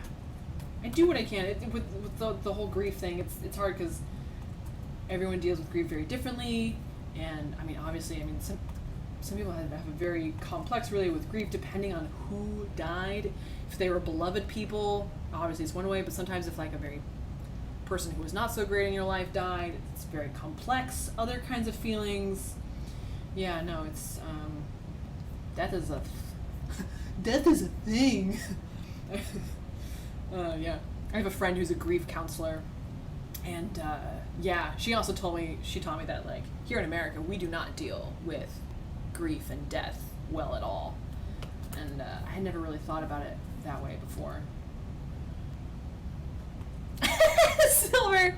Yeah, I'm glad you're curious about the world and the world building of the characters. I love it. I love to hear it. I love to see it. Yeah, I don't expect you to make a fanfic of everything. But, yeah, there are some things, though, that I do kind of want to leave for the ether to figure out. Okay, wait, hands. Hands, people! Hands. I'm gonna have to do a video at some point. I thought I should. About, like, how I draw hands. Because I have a whole thing now. I should draw Hades up here.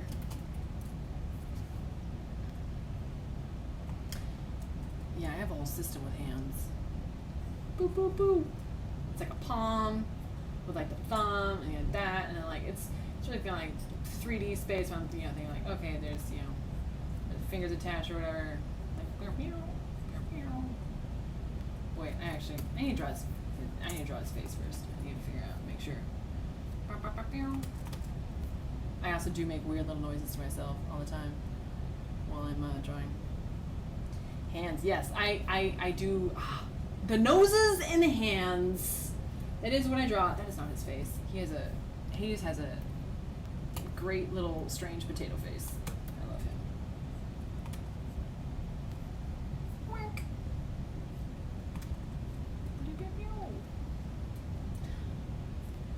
Any other questions?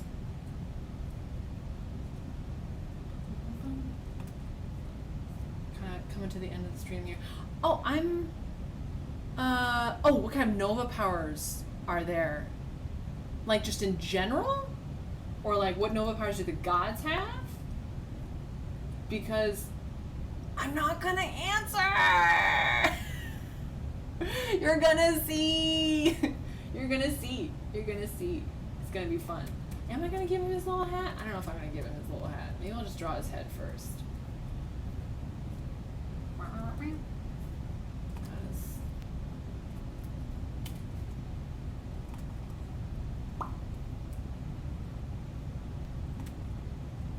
Little eyes. Oh, what limits are there? I'm not gonna answer. I'm not gonna answer.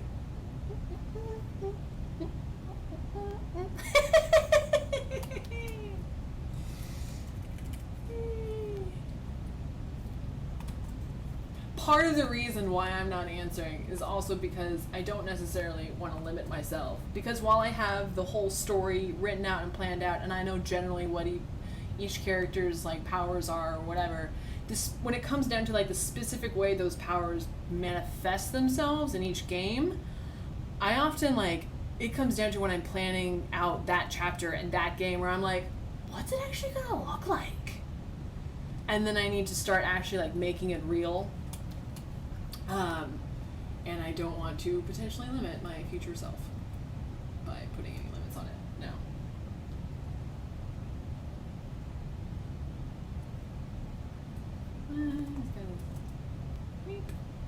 How about a question for you guys? So I've asked my patrons this before, but for anybody who hasn't answered this, I have a whole little list of some YouTube video ideas, because I want to start making some YouTube videos because I like to ramble, and I don't like to tweet. but I like long form things. Who would have known? I have a giant webcomic that I possibly like long form things. I like long form things. So if you have specific ideas, if you're like, oh, I would love to see a video about this or that, like game review. Okay, I only play Hades, right? Clara, okay, you love long videos to watch while drawing. That's great. Yeah, I do too. What kind of videos? Because there's a lot. Like I did one, like there's all different types. Like there's different analysis ones, cultural analysis, or oh my god, sorry, my cat just tried to jump onto my desk and then she fell down. Pumpkin, baby, Pumpkin, that is Pumpkin. Are you okay? Poor Pumpkin. She's fine. How about I'll change it back to a sitting desk so that she can get into her spot. I'm sorry, Angel. It's okay. Adjustment. Yeah, I was thinking about that, Fox. I want to do that. Oh, yeah, Claire. Okay, so yeah, little ones of me drawing while you draw. Come here, girl. Come here. She also wants dinner. She's like, where's dinner?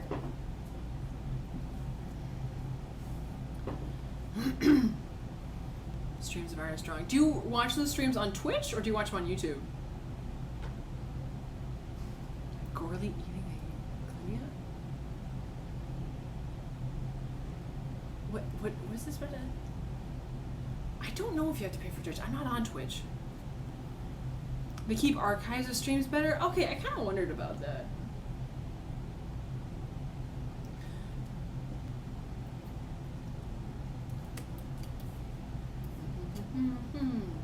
Hades is a lot of fun to draw, I have to say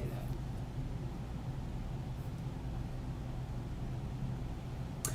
Webtoon comic reviews. Yeah, that gets a little complicated for, obvious reasons about that they are other creators in the community, and I would not want to say bad things about their work. I have thought about like other kinds of comic reviews. I'd be happy to talk about like the comics that I do really like and like why I like them. Yeah, list of comics I recommend, love to read, that'd be good. Yeah. Okay. That's good. And it won't be just, old dead webcomics like Vibe, bless it, but it's always annoying when an artist doesn't finish their work, isn't it? I am going to finish this, to be clear. They do have such a charm to them. Yeah. There are a lot of there's a lot of really good comics on Hiveworks. I don't know. Are any of you? Yeah, check please. Yes, Ride or Die is great. I love it. Mars is a fabulously talented friend of mine. They're wonderful. Ride or Die is great. Yeah, I also need to read other webcomics. We joke about that a lot between like at different conventions and things. We always joke about like, oh, I'm totally gonna read your comic someday. We're always like, yeah, I know, I totally get it. Like we never read any of each other's comics because all of our time is just taken up by making whatever comic we've got going on. So we joke a lot about that. But I should read more of them. Alright, hand. Alright, so wrist is facing this way. Hades has big fun hands.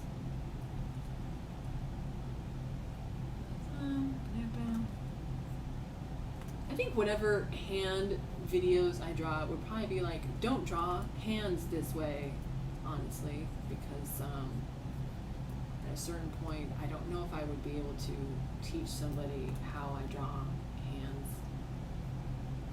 This is a lot of like, oh, yeah, I don't know. I would just be like, here's how I do it. Maybe it's helpful to you. Maybe it's not.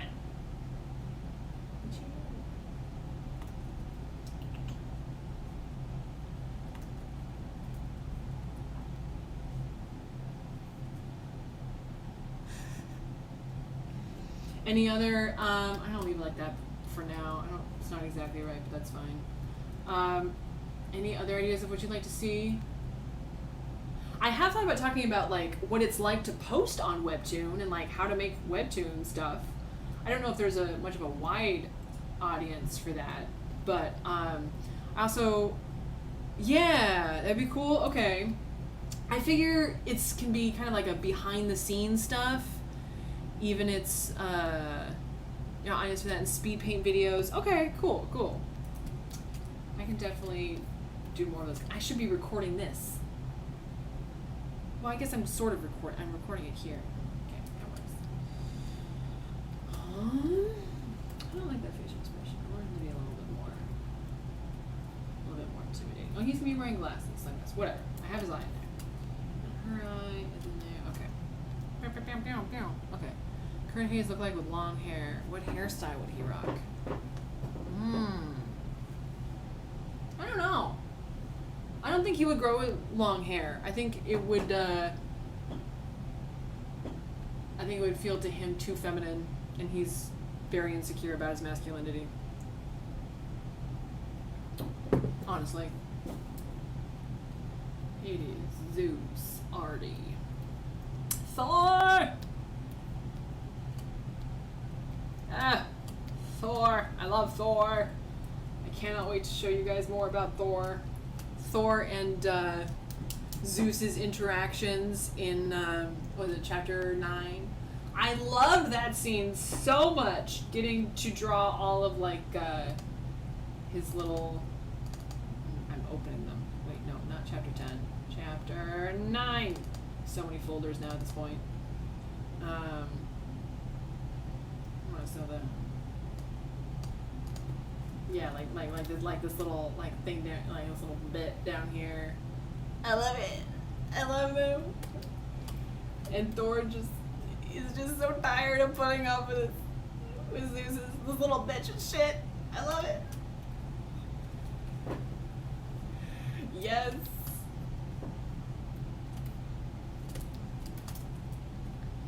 Yeah, they have a great dynamic. Okay. It's difficult, I have to say, jumping between these 4 characters and like drawing. Typically, like when I was drawing like all of them in chapter, whatever it was, 11, I would have a set of like 2 or 3 pages, and I would draw all of the Artemises, and then I would draw all of the Zeuses, and then I would draw all of the Hades. Like I went into. Are they gay? I did not design them particularly to be gay, no. Yes, exactly. Kind of Hades mode, Artemis mode, Thor mode. And like it's kind of like a thing where I kind of like I get their head shape, their face shape, their body shape kind of like I kind of load it into my hand, and I have my references over here, and then I go through and I just draw all of them. And that helps me keep each of them looking very distinct. Because otherwise, if you're jumping back and forth, like it's kind of tempting to start being like, oh, here's what a generic eye looks like, and you start kind of ending up with things looking a little generic. But yeah, so working in a larger chunk like that would help me do that. And these are actually some old references. Let me go over some better references of him. I need to update my reference sheet. Yeah, the same face syndrome. Yeah, exactly. 2 of them look like blockheads. I always start from a block. Don't judge. There is a little bit of stylistic sameness. That is a little can't help that. But I do start from rectangles. Which is why pretty much all of my characters do have a jaw. They have quite a jaw. And I am, even in my Artemis design, I remember when I was designing her, I'm like, oh, I should do that thing where like, the girls have like, it's like a cute little face, and then like their neck just like kind of comes down like that, and it's like how, wait, hold on, that's not what I mean. It's like a wink, where it, like the neck is like kind of set inwards from the jaw, because that totally happens. It's realistic, and it's kind of like a cute girl thing. I can't do it. I can't do it. The jaw to the neckline, I like it too much. I just end up, I'm like, no, her neck has to go with her jaw. So there is, stylistically, it kind of ends up where everyone has a little bit of a teardrop. It's just, yeah. So there are some things. I can't help it. Let's see. I'll get Thor's skeleton. I want to get his little. I want him to have like a little smirk. Talk about. Oh, there we go. That's better. Evolution and like stylistic. How I do mouths. That is a thing.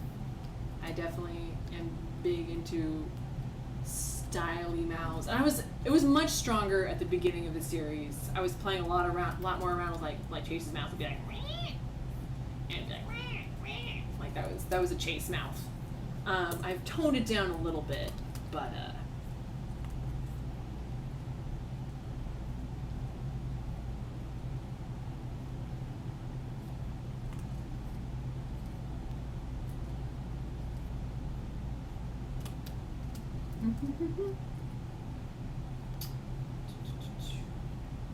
we're coming up on the end of the stream here, and I just have to say thank you guys for joining. It's been a lot of fun. Really, it's been a lot of fun.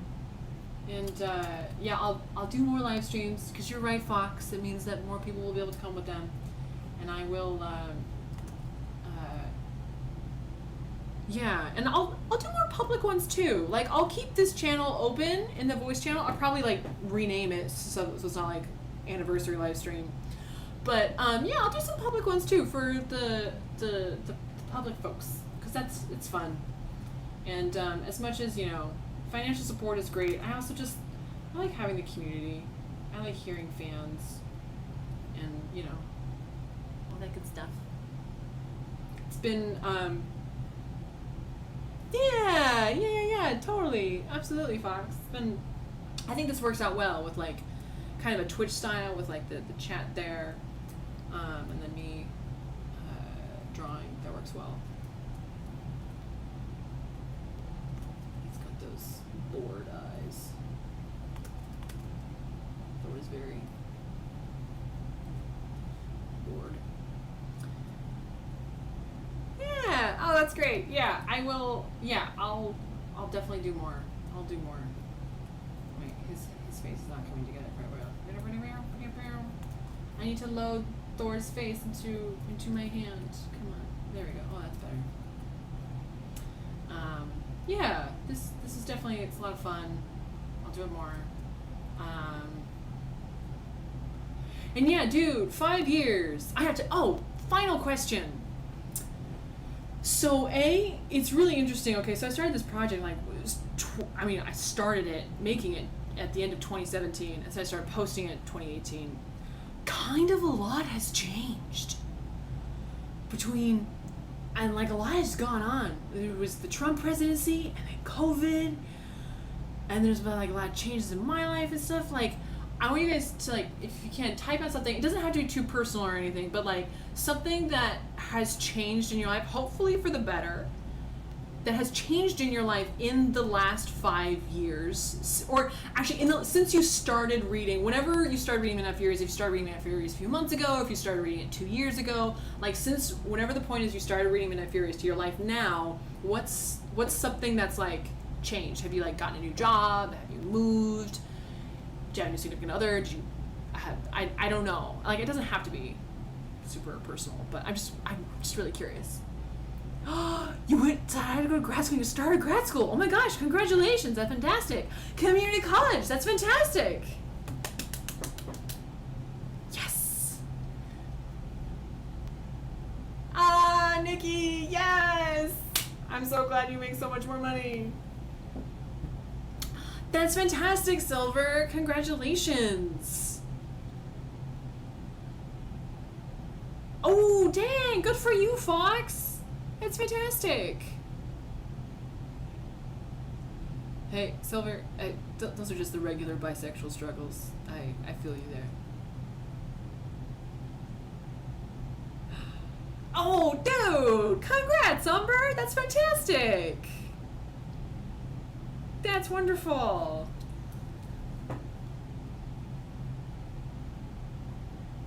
Yes, it's college, job, sexuality, gender.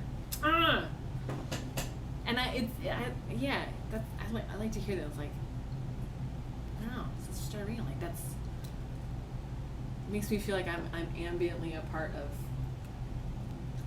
people's lives.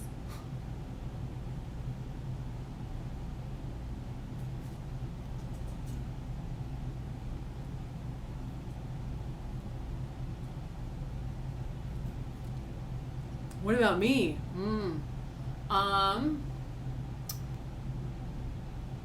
I started a new job, like a day job,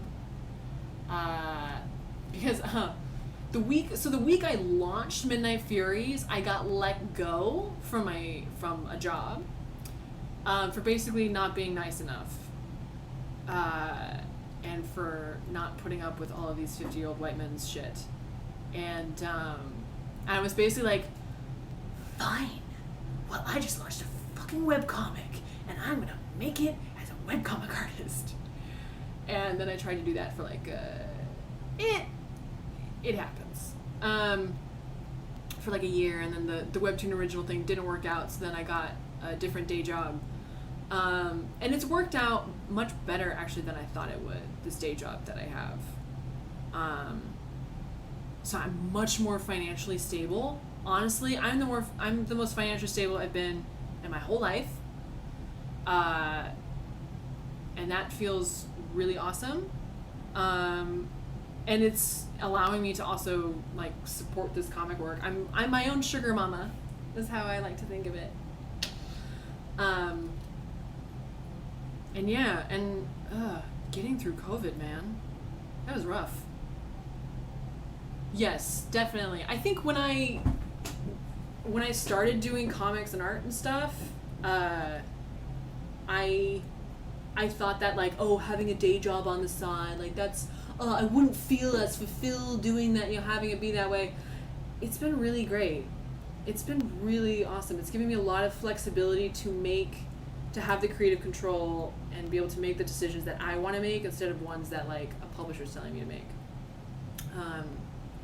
I got a 3-book publishing contract with Oni, and then I lost that publishing contract with Oni because they imploded. But that's okay. I have an agent now. Yeah. The monetary income, I think it comes from like, capitalist validation for a job. Like it's not a real job unless you're getting paid a ton of money for it. And that's silly.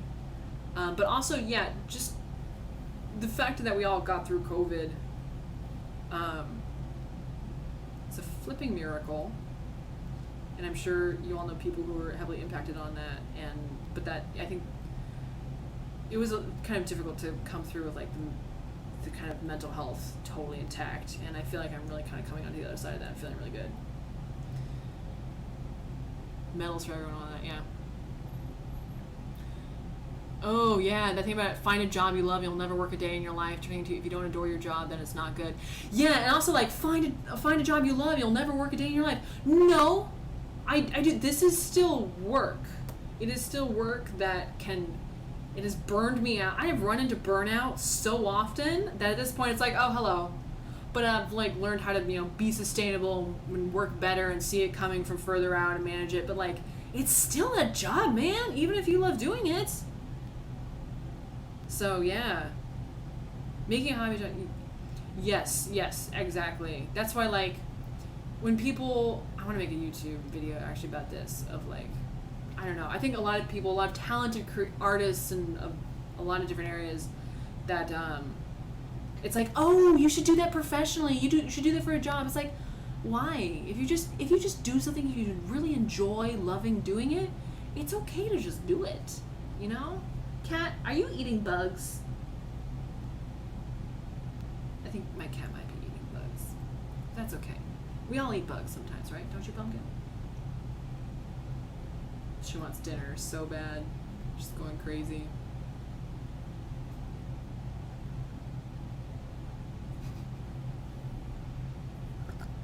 Wait, hold on.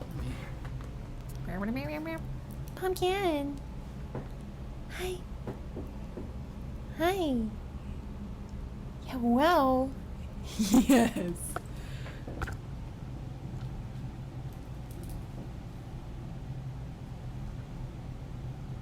Oh, okay, that's wonderful. Oh my gosh. Yeah, I remember we talked about that a little bit when it was really pretty rough. That was a rough year, man. And I'm really glad that MF and the story could really kind of just, help in any kind of way, because, goddamn. And the D&D campaign, fuck yeah! I love how everyone is finding D&D and role-playing. It's fantastic. And yes, finding community and spaces, or building better words is a thing that saved my life. Ditto. Yes, I think I have realized a lot about the importance of communities over the last few years, and it's grown into like a stronger theme in Midnight Furies and in the current story, and as the story progresses, and like it's always been there, but like making it even stronger thing of like communities where it's at, man. It's about the people you know and the people you care about and holding on to them.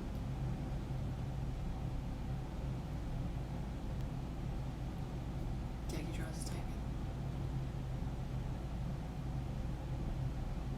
Yeah, D&D is pretty great. Although Wizards of the Coast is pulling some bullshit. Whatever.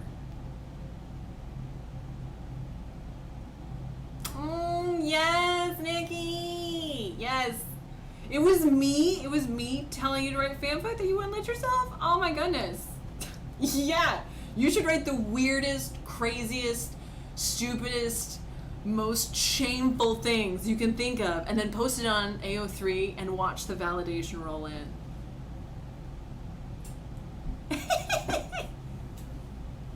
Oh, did they backtrack on that? They should. They would have to. Because it was nonsense. It was total nonsense.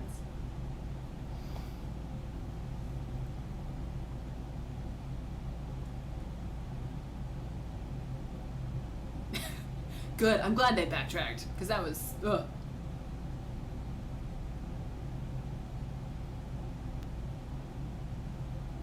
Yeah, maybe I'll have to, do a channel in here that, Yeah, good. I'm glad they realized that. Dumb butts. A channel in here for, like, fanfic and fan art of maybe, like, other series or something? So people can share links there, and whether it's for MF or for other stuff.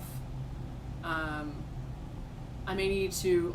I'll think about that, because I'll probably need to then make maybe one of you guys, like a moderator kind of that channel, since I won't really be able to be in it, because there will be some rules still around it, but it could be a fun idea.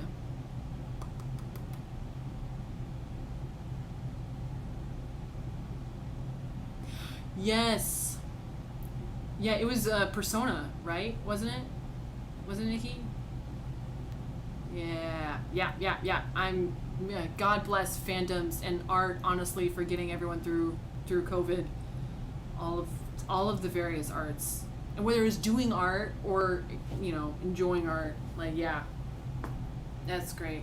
Oh my gosh, that's so wonderful. I love hearing all about that. About just everyone's lives and what's been going on, and yeah. So okay, I'll do more streams. I need to go feed Pumpkin before she starts chewing on my legs.